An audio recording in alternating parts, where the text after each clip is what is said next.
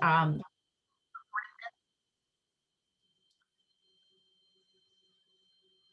okay, so welcome to our workshop on resume tips. My name is Rhonda Gifford. I'm the director of the Career and Professional Development Center here at CalU. And we are so happy to have Nicole Conti, who's a Senior Talent Acquisition and Retention Coordinator at Pressley Ridge, as well as Steve Nicholas, who is the Human Resources Director at Pressley Ridge, joining us today to share some resume tips from the perspective of an employer. Steve and Nicole, we should be giving you the ability to share your screen so that you can PowerPoint and introduce yourselves as well. Welcome. We're so glad to have you. It's good stuff. Thanks, Rhonda. So, group, this is good. I'm seeing 42 participants, and that is a good sign to start. So thank you for everyone for jumping on the call. Obviously, it's not just about Nicole and I, but my ego says it is. So thank you very much for joining the call with us. And in group, just for reference, I have my laptop and my camera in front of me, but I also have another screen. So if you see me doing this, I'm not being distracted. It's just I have a couple screens, so excuse that. So Nicole, I'm going to share our slide deck, and we'll go from there. Are you good with that? Yep, I'm good. All right. So group, moment of truth. Let's see if this works.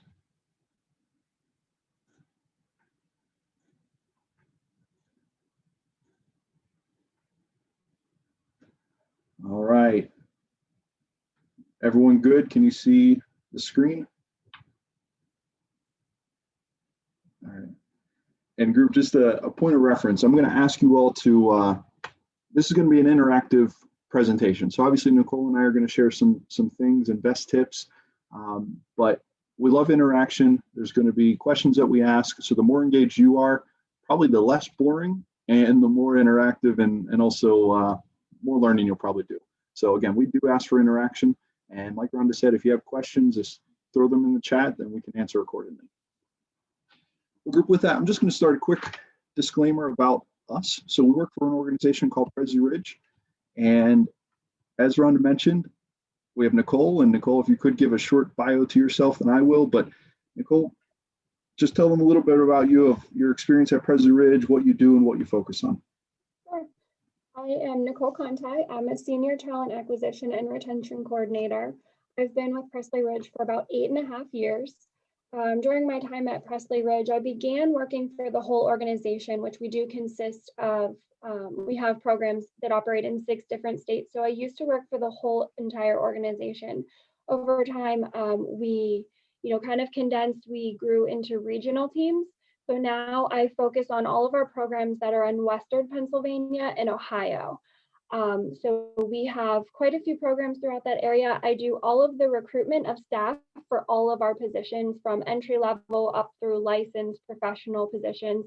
And I also do recruitment for all of our administrative departments. So accounting, IT, finance, human resources, our executive team, things like that. So I focus on hiring staff. I focus on the retention of staff and our turnover and making sure that staff are having a good experience at Pressley Ridge. I talk to staff as they're leaving our organization to hear about their experiences. So I'm kind of the front end of staff being hired, and then I come back in around at the back end of staff and the end of their employment. Cool. Thanks, Nicole. And group, my name, as you can see on the screen, is Steve Nicholas, and I started with the organization in October of 2019, so not that long ago, but it's been a great experience since. I have a great team. Nicole is one of them. I have an HR generalist and an HR specialist on the team, and as Nicole said, we do support a region of our organization. My HR experience has been in nonprofits, healthcare, as well as a subsidiary of the oil and gas industry. So a few different industries, but HR has served me well, and hopefully I serve it well. But group, I want to share another thing, just basically a little bit more understanding about Pressley Ridge, and then we'll go into the actual resume presentation itself. But again, this isn't meant as an infomercial, but just to give you a little semblance of understanding of who we are, what we're about, and what our organization is. So as you can see, we've been around for a long time. Literally, we've been in existence since 1832. So we've been through the Civil War, World War I, Great Depression, World War II, Vietnam War, recessions and different things, COVID. So we've had some sustainability for a long time as an organization. And I can say I'm proud to say that I work at a company that's been successful for a long time. As Nicole mentioned, we have different services that we provide. We have 72 what we call programs in the organization, but those programs, in essence, departments within different things called service lines. So those service lines include community-based mental health, specialized education, treatment foster care, and residential treatment across 6 different states. The states that we're in: Pennsylvania, Ohio, West Virginia, Maryland, Delaware, and Virginia. We have about 1,000 employees total for our organization. Here's a cool stat that we do like to share, because again, I'm proud of it, to show that we're encouraging staff to develop in our organization. About 95% of our supervisory positions are internal promotions. In other words, staff that started off as a non-supervisor has been promoted into a supervisory role. Prime example of that, our current president and CEO, her name is Suzanne Cole. She started her career as an entry-level position, a frontline staff member who was working directly with clients, and she's had a good, successful developing career throughout. And group, last but not least, on this slide, I just want to make it clear too, we do have internships within our organization. So if you have a major that falls within one of those service lines that I mentioned, we definitely do internships throughout Western Pennsylvania. Our current employees have education benefits and tuition reimbursement. We do supervision for professional licenses. So if somebody's trying to become a licensed professional counselor, we can do supervisory hours because they have to hit certain thresholds of supervisory hours for those kind of things. And we have a pretty robust internal training program at Pressley Ridge as well. So my main point with all that is we've been around a long time. Thankfully, we've been successful, and we have a lot of great development for our organization. So remember that. And if you have questions specifically about Pressley Ridge, afterwards, Rhonda has our contact information, and/or we're happy to share it as well. So group, before I transition, any general questions of Pressley Ridge? All right. So let's keep it flowing. All right. So group, here is the main point in our first interactive question that I'm going to ask. So what do you feel, or what is your sense of the goals of a resume? Like, why do you put together a resume and send it to employers? This isn't meant to be a complicated question, so what comes to mind? And if anyone has any thoughts, go ahead and type in the chat.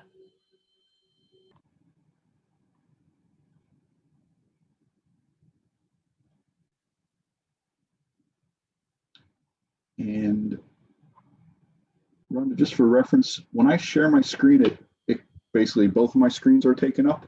So I might need your assistance if somebody is chatting, if they do answer anything. Oh, no worries. We are getting some great responses, Steve. So to show how qualified you are, to highlight your best skills, show your potential employer your skills and qualifications, share your prior experiences, show your experience as well as your important skills. Nice. Good stuff. So group, in short, you're correct and accurate about most of those things.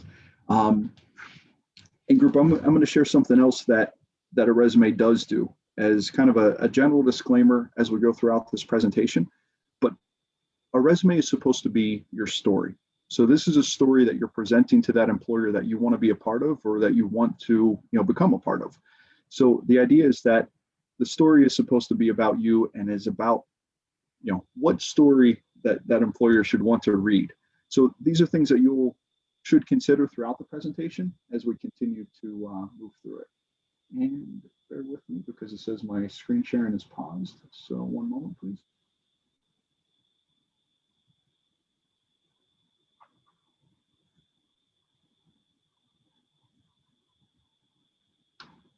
All right. Can you all see it now? We can. Steve, I'm wondering if you hit from current slide, if it might make your PowerPoint a little bit larger. Yeah. So I did click the from current slide. Okay. So here, I'm going to stop share, and then I'll share again because there seems to be a little bit of an issue right now. So 1 second.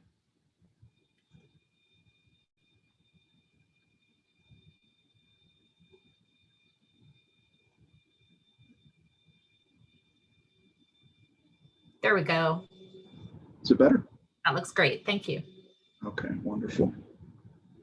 Group, unfortunately, it's all right. So you can see the slide itself, and it's in presentation mode, correct? It looks like it is. Okay. We're on your first slide, the resumes, the title slide. Yeah, it's weird because it's group. You gotta love technology during COVID. So again, it should be moving to the next. Oh, there we go. Can you all see that? Yep. A new slide? All right, cool. So we're gonna keep flowing. All right, group. So take a look at these two resumes. And again, not meant as a trick question, but take a look and give me some feedback in general. Are these good or bad resumes? And if they're good, tell me some things you like about them. If they're bad, tell me some things that you don't like about them. And just for reference, I don't know who Ham Dugo or Joanna Smith are. These are template resumes, so you won't offend Ham or Joanna. I won't tell them what you say.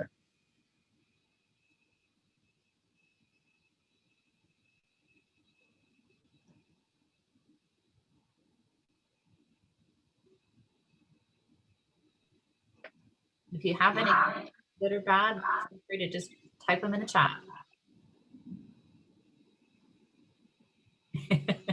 One person said trash. Okay. Joanna should use a different font. Okay. That looks a little bit unprofessional. Ham Dugo's picture isn't appropriate. Okay. Unprofessional setup. Joanna should specify her skills and elaborate on her information more. There's too much white space. I would say, especially on Joanna's resume. Too many graphics.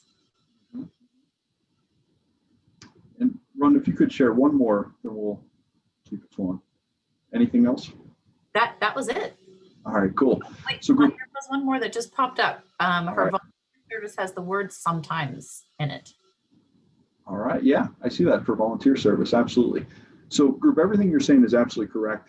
And these resumes, there are a couple positive things, but you definitely highlighted the negative things. So going back to the idea of a story, Ham is given a story that is extremely busy. There's a lot going on. He has a graphic in here that's showing gold coins increasing.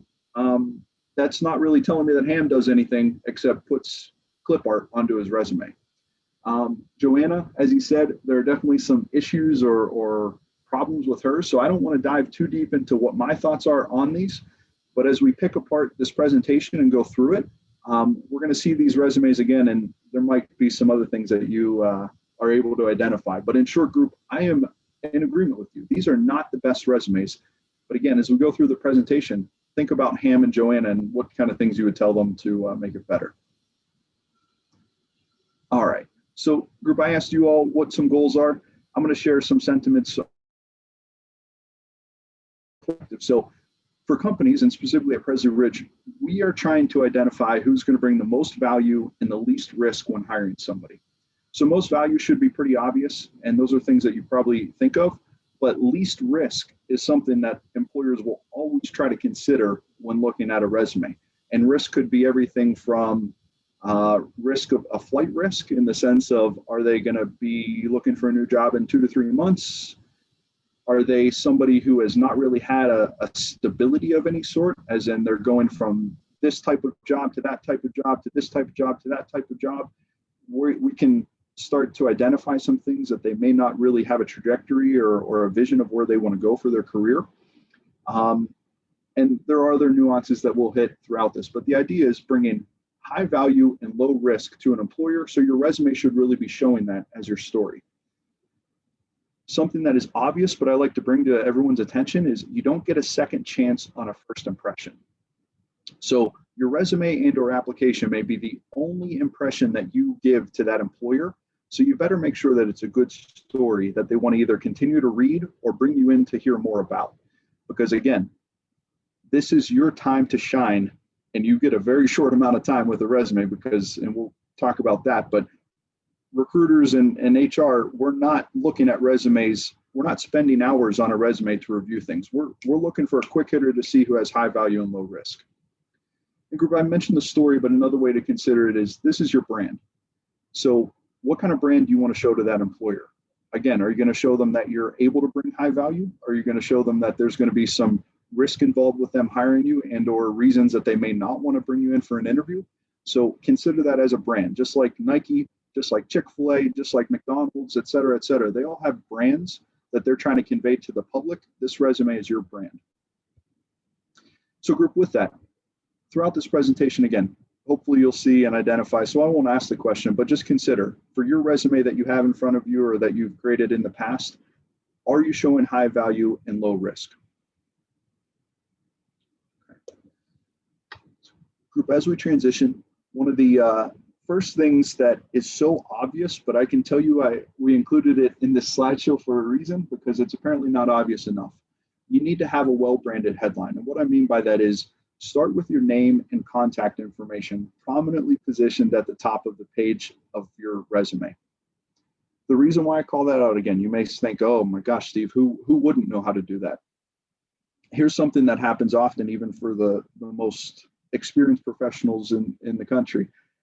They may change a phone number or change an email and not update it on a resume. So therefore, if Steve or Nicole try to reach out to somebody and it's a wrong email or an outdated phone number, we're never getting a hold of them, and we're not going to continue to try because we don't have time to investigate somebody's phone number or email or evaluate things deeper.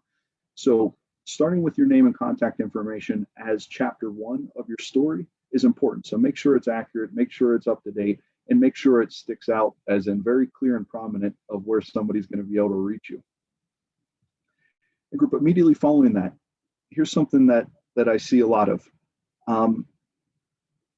And I'm going to ask you for a chat response on this. How many of you have an objective on your resume?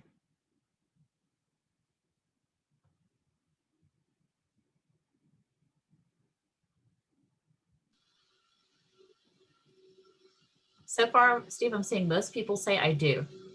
Okay. So group, I appreciate the honesty. And if you do, you're not a failure. You don't have a bad resume, but I'm going to encourage you to change that up. And the reality of that is most people do have objectives on their resume, but the reality is every objective is basically the same. I don't know if I've ever read, and Nicole, please, share if you have any difference of opinion on this, but I don't think I've ever read a resume that doesn't have essentially the same objective, which is I'm good and I want to work for you, and that's my objective. You might fluff it up with some nice adjectives or descriptions of yourself, but that's really what it boils down to. The objective is you want to work for the company that you're applying to and you think you'll be a great employee. And that's great, that's honorable, but that doesn't set you apart from any other resume that we ever see.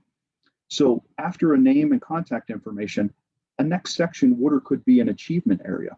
So tell readers who you are professionally in regard to either your career goals, things that you've already established, things that you've already succeeded on. So examples to that could be, do you have an industry specialization? I recognize that you're all currently in college and building your credentials as we speak, but are there things that you can hit on from a customer service perspective? Are there things that you can distinguish yourself or create an outlier for yourself related to others?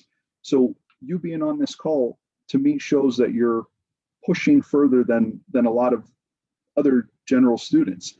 So what other things have set you apart from other students during your college career or your future career? What are those distinguishing credentials? Experience that's above the norm. So if you've had internships, and we have a slide, coming up about internships, and that's a good thing, but like experience that's above the norm. So if you have had internships, put that in an achievement area because it's great. Not everybody is doing an internship in college. So set yourself apart in some way, shape, or form. So as it says on here, with just a few words, you can quickly convey relevant and valuable information about yourself that will set you apart from other candidates and create a reason for that recruiter to continue to read your resume. So group, here's a pop quiz question. How long do you think it takes a recruiter or hiring manager to review your resume and identify if they'd like to interview you? As in time. How much time do they look at your resume?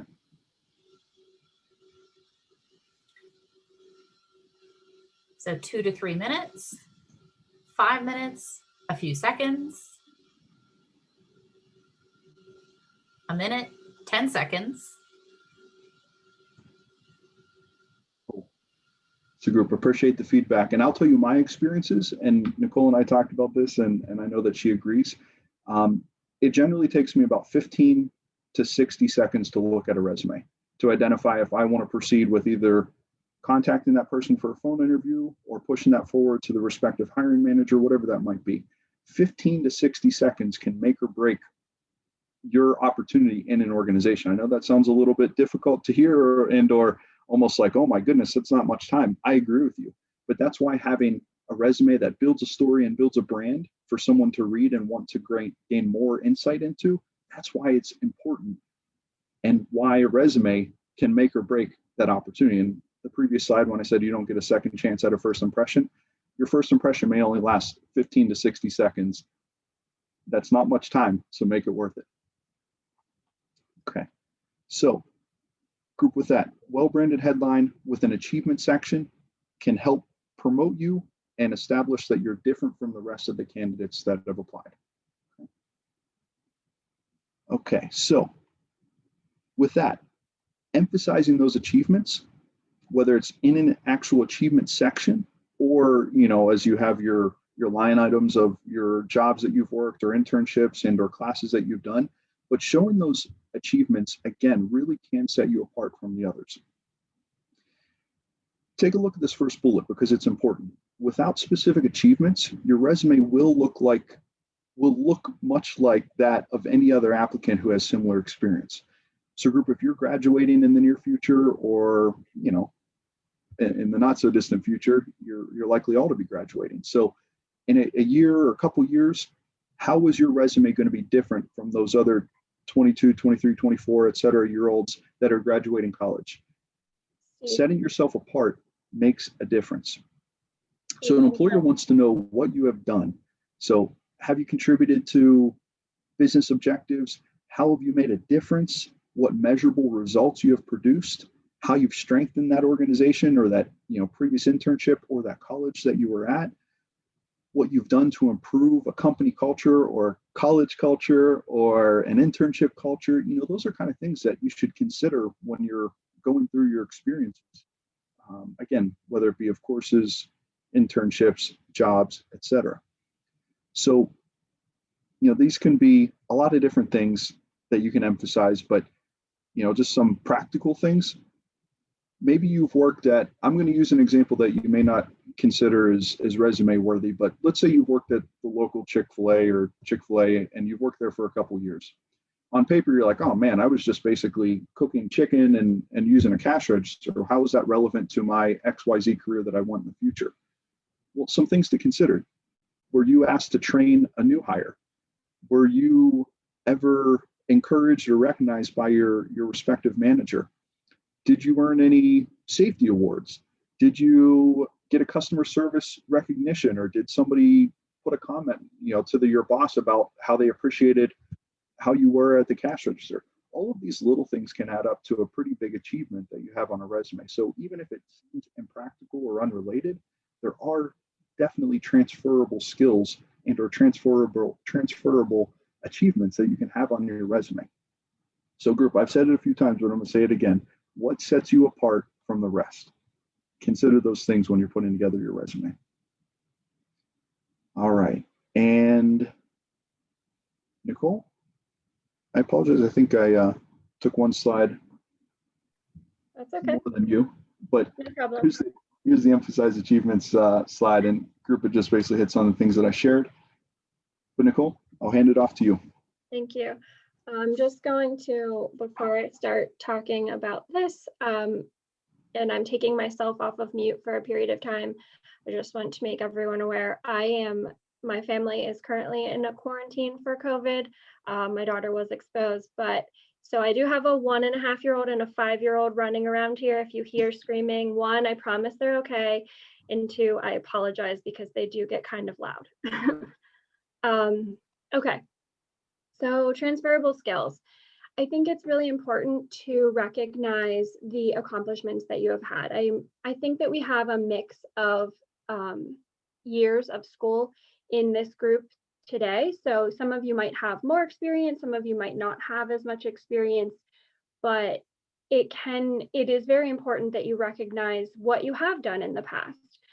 So past experiences do matter. Jobs prior to college or during college. So even if you worked whenever you were in high school, or you might think, I babysat for a neighbor a couple of evenings or something like that.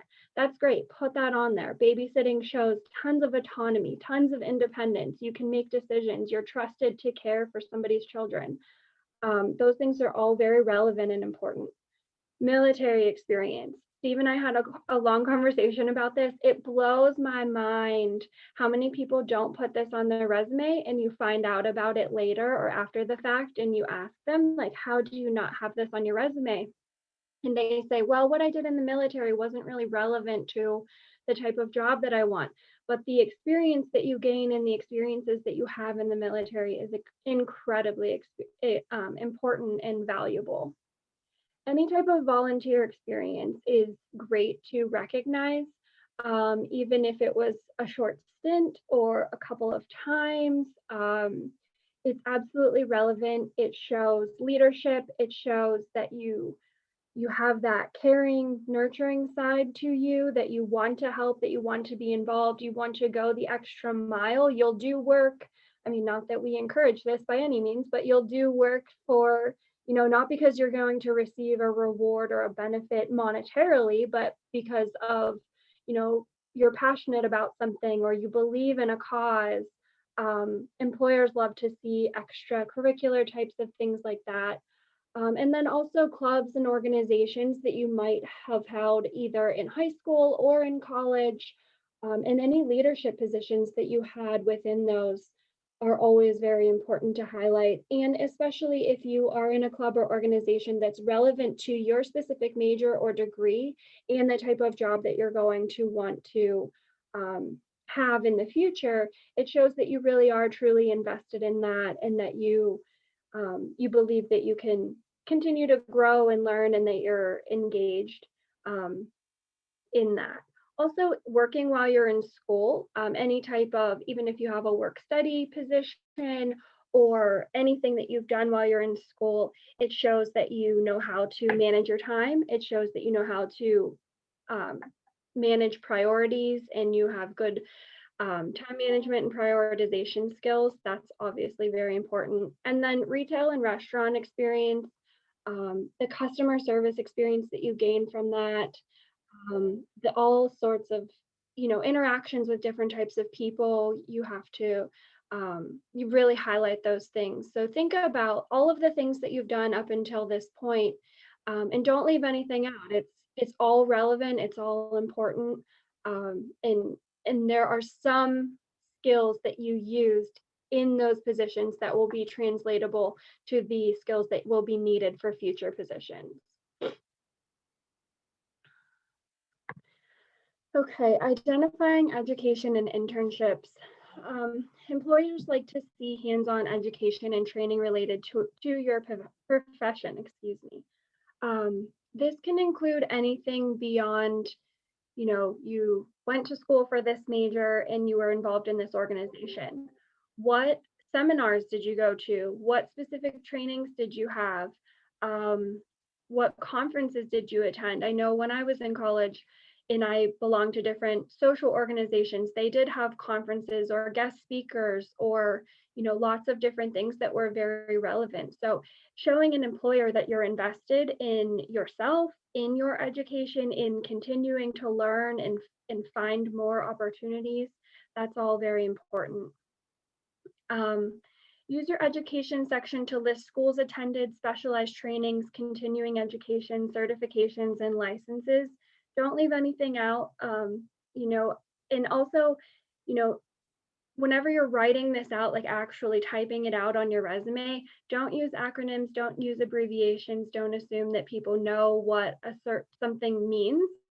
If I see certain acronyms, sometimes I don't always know exactly what they mean. Somebody might put, I'm totally making this up, I have ABP training, and I have no idea what that means. So really, as a recruiter, when I'm looking at it, I don't really give it a second thought because I don't know what it means. But if you spelled it out and I knew what it meant, and I was like, oh, wow, that's really great, that's very relevant to this position, make sure don't assume anything, make sure you're spelling things out.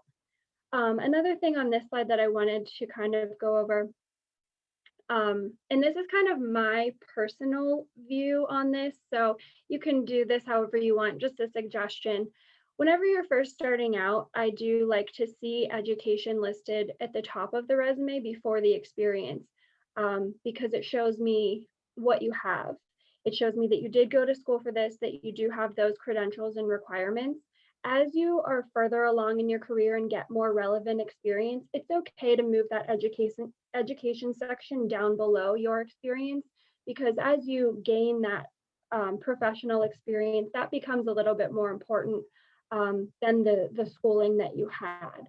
So whenever you're first starting out, like I said, keep it up at the top. As you gain 5 or so years of experience, you can start to push that experience above your education because it kind of outweighs that. If you did complete a relevant course or internship program, list that out so employers can see and understand it. Another thing that I'll encourage for this is keep track of what you're doing.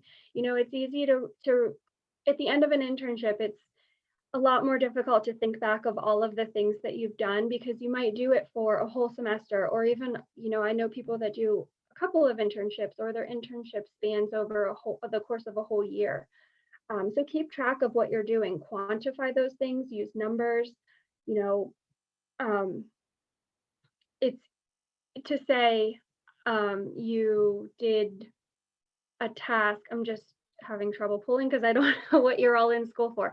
But for me, if I say I posted jobs for the organization to recruit new applicants, is very different than saying over the past year, I've posted 60 jobs for the organization. It really quantifies it, really shows everything that you do. So keep track, keep a running spreadsheet or a running list or something that you can add to.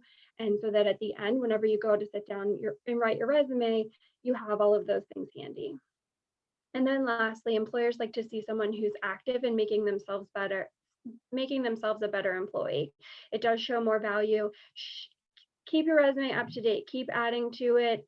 There's nothing more frustrating for yourself than, kind of letting it go. And then you see a job that you want to apply to, and then you're like, oh my gosh, I haven't touched this in 3 years. So much has changed. I don't even like the way that this is laid out. So always keep it fresh, keep it kind of a running thing that you're updating regularly. And also that way you don't have to think back and remember everything you've done. All right, so most employers now use what's called an applicant tracking system, or an ATS. An ATS is similar to artificial intelligence in some ways. It is driven by keywords, key phrases. So what it does is it scans your resume, and then it automatically puts you into a category before you ever even really applied to a job, and it can eliminate applicants very quickly based on what words, what phrases you're using, things like that. So my best advice is read the job description, fully read what you're applying to, and always, it's not really a one-size-fits-all document. You're going to have to change it. You're not going to be able to use the same resume and apply to 20 different jobs. You're going to have to update it. Look in the job description, look at what you think the keywords are. What are they really asking for? What are they really looking for? And figure out how to get those words into your resume so that it doesn't kick you out before you ever get a chance to be in front of a recruiter. Okay, and then I guess not lastly, but the next thing is writing. The way that you're writing on your resume, you want to be clean, you want to be concise, you want to be clear, you want people or a recruiter to look at your resume and know exactly what you're saying. Like we just talked about with Steve, it doesn't take long for a recruiter to decide whether or not they want to pursue you. You have not that long to show them. So a lot of times the first thing that we're looking at is the format and the font, and how big is the font, and can I even see it? Can I even read it? If not, I'm on to the next one. So the last thing you want is a lot of quote unquote fluff. Get to the point. Tell me exactly what you did. Use verbs, don't use adjectives that are kind of filler words that weigh down the words on your resume. So you'll have to look at this document over and over again. You'll have to repeatedly review it. I encourage you to work on it for some time, close it, go away from it for a while, and come back with a fresh set of eyes. Have multiple people look at it. I'm not trying to call out Rhonda and her team, but I'm sure they'll be happy to look at it in career services. I know that was something offered to me when I was in school through career services. You know, have a friend look at it, have an internship supervisor look at it, have lots of people take some time to review your resume for you. Make sure that you are being consistent in what you're saying. Have a clear focus and a clear strategy. Like Steve has talked about and mentioned before, this is your brand. This is who you are. So you don't want to, come across as kind of, not really having a clear focus or direction for what you're looking for. Nicole, if we could open the floor to ask the group. So if you wouldn't mind putting in the chat, Nicole's giving great points about making your resume better. What do you feel that you should avoid in your resume overall?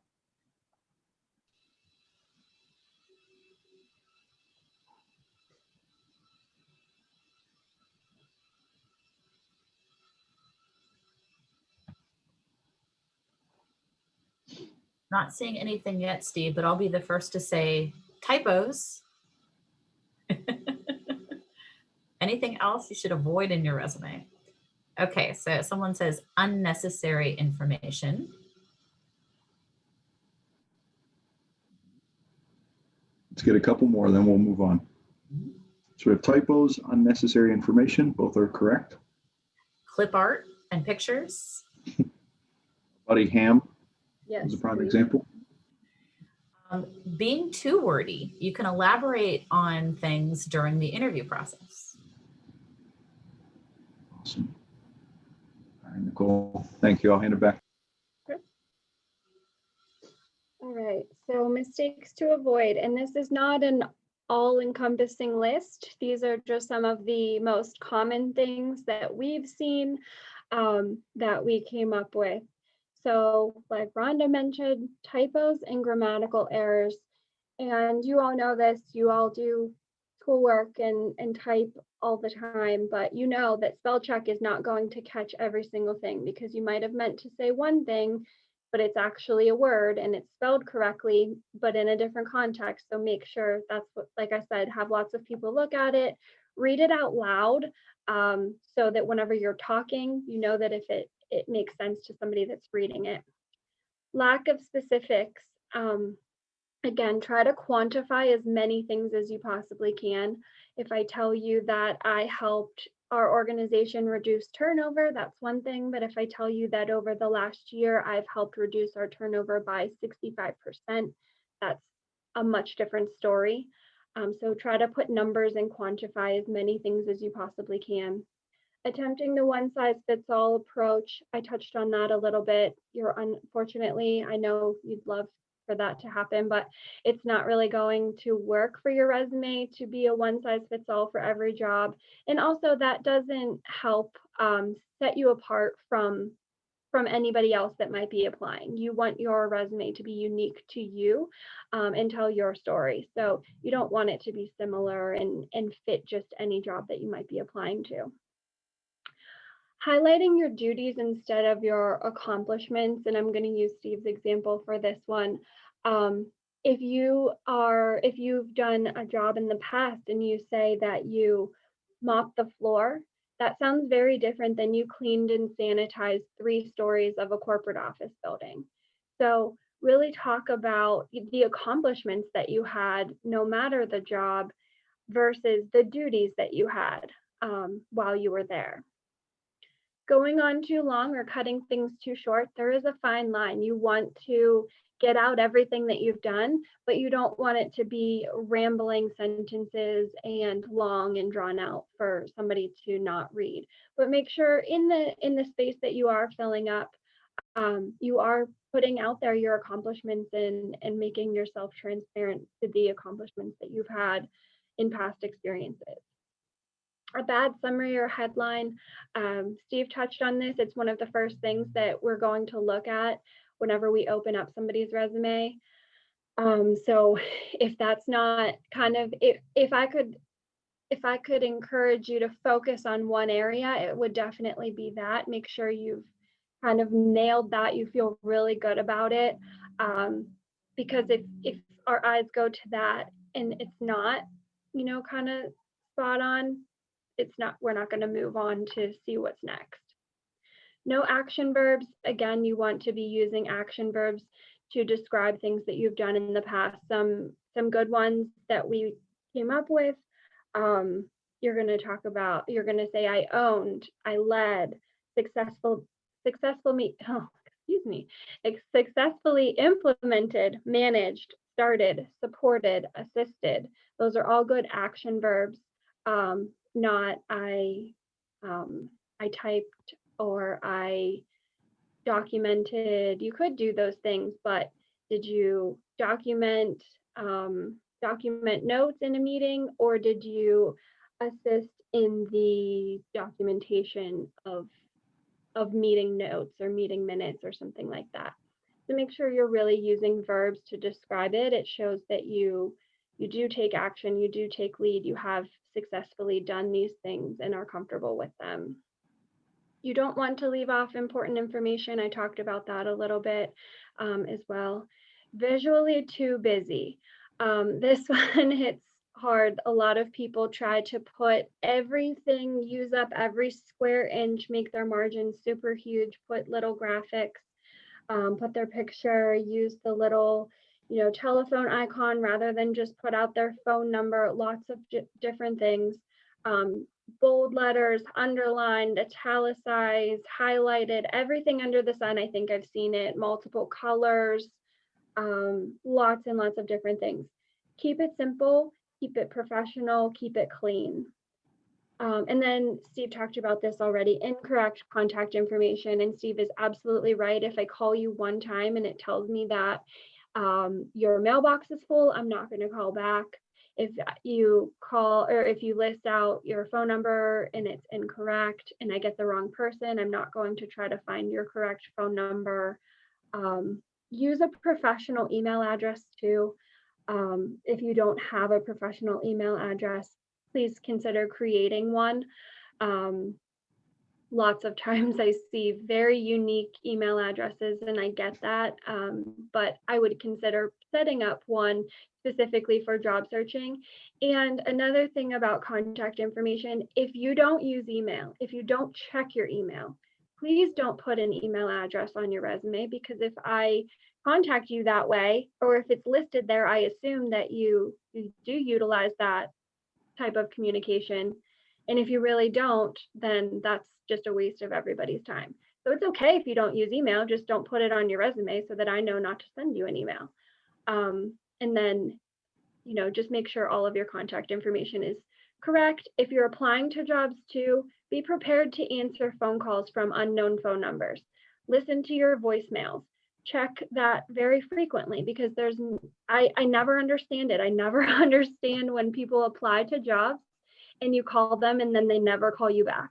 It happens way more often than I'd like to admit, but it happens all the time. So if you're seriously applying for jobs, make sure you're answering your phone, checking your voicemails, checking your email addresses. If you're putting on there your LinkedIn information, check your LinkedIn messages, all of those things. Yeah. Nicole, do you mind if I share a little levity to the a point you made? No. So Nicole mentioned professional emails. So group, things I'm about to say are not made up. And no disrespect if this is your email address or so you have something like it, but I would encourage you to change it. I've had resumes of applicants that their email was Big Sexy 1987, Hot Rod Rider 42, Pink Butterfly 77.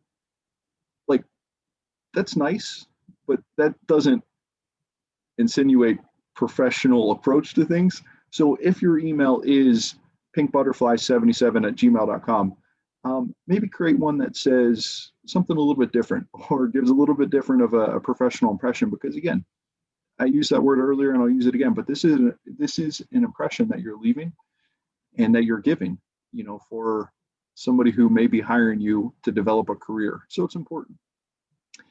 And group, one of the things that I just want to share for that attempting the one size fits all approach, because Nicole made a great point that it's so easy to have one resume that you send out to everyone because you're like, oh, well, this has all my stuff, so why would I change it for, corporation A and B and C? But I'll use an example. If I personally am applying to a nonprofit, I'm going to look at their mission statement and understand what kind of things that they are focused on and what kind of things that mean a lot to this nonprofit. And if I have comparable experiences or transferable skills that may speak to that culture, then I'm going to highlight those things more in that resume than I would maybe a Fortune 500 company that is a massive for-profit organization that may not care as much about kind of the touchy-feely points that some nonprofits do. So the point to that is identify who you're applying to, look at their website, find out things about their mission statement, find out things about their leadership and or who you'd be applying to work under, and see if you do have transferable skills, experiences, qualities, whatever it is. And those are the things that could be setting you apart in a very good way. So I just want to give a little more highlight to that separation from the one size fits all and why it matters. All right. Oh, you, Nicole. Okay, so I think kind of to wrap up a little bit, we have these same two resumes that you saw at the beginning for Joanna and Ham. So now after talking through them a little bit, through some tips and experiences, I think we wanted to show you these again and now get your thoughts about them. What is there anything different that you're looking at now that you would do differently if you were writing a resume like this, now that we've talked a little bit about it?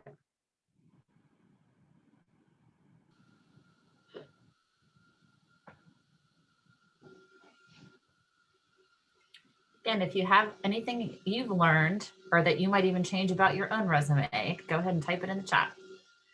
So Nicole, I see including a headline statement versus an objective. Mm-hmm. Someone else also emphasized, I have to update my resume and rethink the objective. I think that really hit home. That's great. In group, what would you, if you were sitting next to Ham, for example, because his is a little more content to it. If you were sitting next to Ham and you were helping him with his resume, what would you say to either change it up or revise?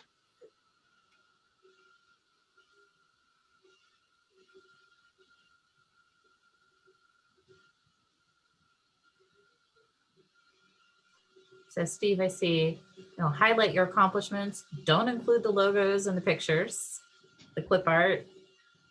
Please delete the coins, Ham. Awesome. Simplifying the overall layout. Change the picture, please. It reminds me of Terminator, Arnold Schwarzenegger in the Terminator movies with the sunglasses. Cool.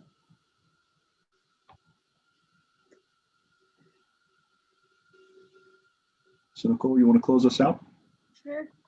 So in closing, just thinking about your resume, thinking about all of the accomplishments that you've had in your past up and through now, you want to think about, what sets you apart.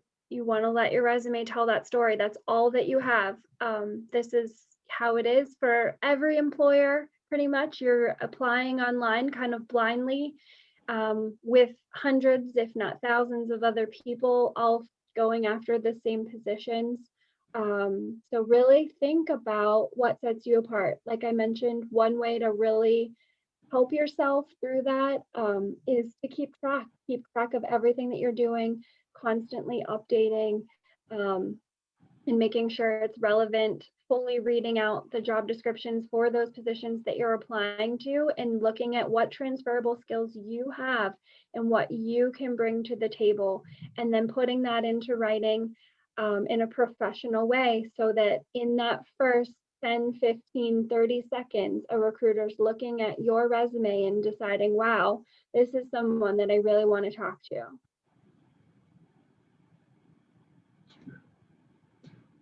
Well, thank you, Nicole. I appreciate that. And Rhonda, this wraps up our slides that we wanted to share. So if there are questions, we're happy to answer. If there's any other general thoughts from anyone, please share that. Thank you so much, Nicole and Steve. If anyone has questions, please feel free to type them in the chat. I did drop the link to Pressley Ridge Join Our Team careers page in the chat. So if you're interested in learning more and finding out about positions, please check there. But just a couple of things to close out. Again, if you have questions, type them in the chat. But you can definitely find resume and other tips on our website, calu.edu/careers. Just use the search box to find any specific topics. Don't forget to upload your resume on Handshake at calu.joinhandshake.com so you can apply to the internships and jobs that are posted there. One of our Career Center staff members will review your resume. That's a basic review on Handshake, mostly for typos and grammatical errors, because we don't want to prevent you from getting your resume on Handshake. But for a more thorough review, definitely schedule a Resume Express appointment with one of our staff members. And also definitely look for upcoming workshops and fairs in the events section of Handshake too. So I do see a couple questions in the chat, Nicole and Steve. One question is, do you suggest putting a picture of yourself on the resume or leaving out any images altogether? I do not suggest putting a picture or a photo of yourself or any type of image on a resume. It leaves you very open, very vulnerable as an employer, and it's really not a great idea.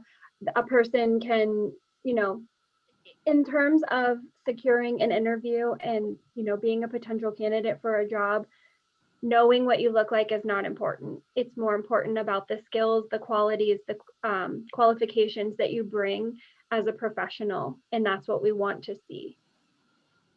Nicole and Rhonda, I just want to add one quick thing, because Nicole, those are all great points. And think about this way, guys. Your resume has real estate on it. Every inch or area on that resume should be used for good real estate. And like Nicole said, a photo doesn't separate you from anybody other than, oh, they smiled. Okay, that's cool. But we care about what you're going to bring to the workplace. So consider that from that perspective, as in, this is real estate that I can use to show strengths and high value, as opposed to me smiling. I guess along those same lines regarding real estate on your resume and how to use it, Steve and Nicole, one question is, if you have professional experience, should you still include relevant activities from college on your resume?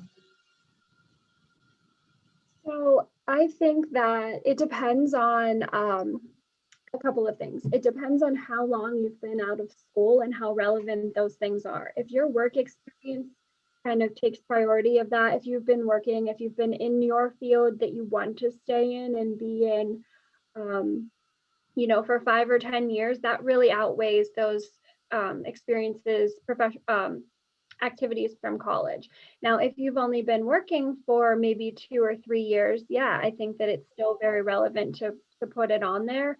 I think you kind of have to weigh what is more beneficial to you and what will be more beneficial to the employer. To see the work experience that you have, do you have more that you can quantify and show what you've done as a professional, or were those experiences in college, will they bring more benefit to the employer?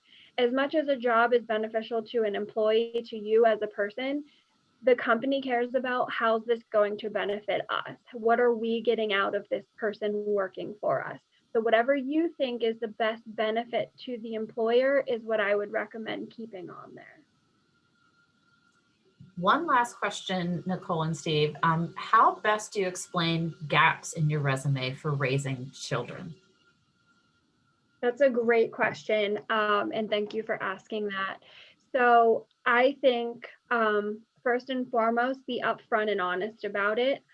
explain them. Don't just try to be like, well, maybe they won't notice, or something like that. And then, I've seen really great statements written by people who do say, during X year to X year or whatever it is, I took some time away to, be with my family. And these are the things that I learned and I did while I was taking care of my children. And now here are the things that I've recently done, that are making me relevant and ready to re-enter the workforce or this field.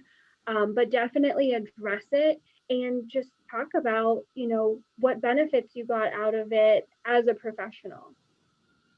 Absolutely. And Nicole, that's well said. I want to circle back to something that was in one of the earlier slides about high value and low risk. So by no means am I encouraging you to share a life story or personal information by any means, but Nicole makes a great point. You can include that as a line item of your resume. So let's say you worked, 2017 to 2019, then you had a child in 2019 and you didn't work again or go to school or whatever that context is until 2021. It's fair if you want to include it to say, childcare or, something almost like a line item of experience. Because the reason why I call that out is if you don't have that and it's just an open-ended gap, then we may assume that there's risk involved, or this person got fired and they couldn't find a job because they were a bad interview for a couple of years. I mean, there's a lot of things that you can assume just based on a piece of paper. So eliminating those assumptions with honesty is a great thing. And group, here's the truth too. My wife and I, we have a young baby. My wife is still working, but she's mostly, a mom, a stay-at-home mom. And I can tell you there's more value in that than most of my career. So you're not downplaying anything and you're not showing insignificant. It's a significant thing that you have done, in that gap time. So. And just to speak to kind of what Steve was saying, you don't want to leave any room for guessing. You don't want to leave that gap time. And, for Pressley Ridge, for example, we require people to go through all sorts of background checks and clearancing things. And in my mind, I might think, oh, wow, this person hasn't worked for 2 or 3 years. What am I going to see on a background check? Why weren't they able to work? So if you call that out and you're upfront and honest about it, and I read that and I'm like, oh, yeah, that makes total sense. And it's not an issue. So don't leave any room for guessing, or for somebody to draw a conclusion that is completely untrue, because being a stay-at-home mom is the furthest thing from being unable to work for, criminal involvement or something like that. Nicole and Steve, thank you so much. You shared great tips and we really appreciate it. And ALD members, thank you for attending and participating and asking such great questions. Thanks again. Thank you all so much.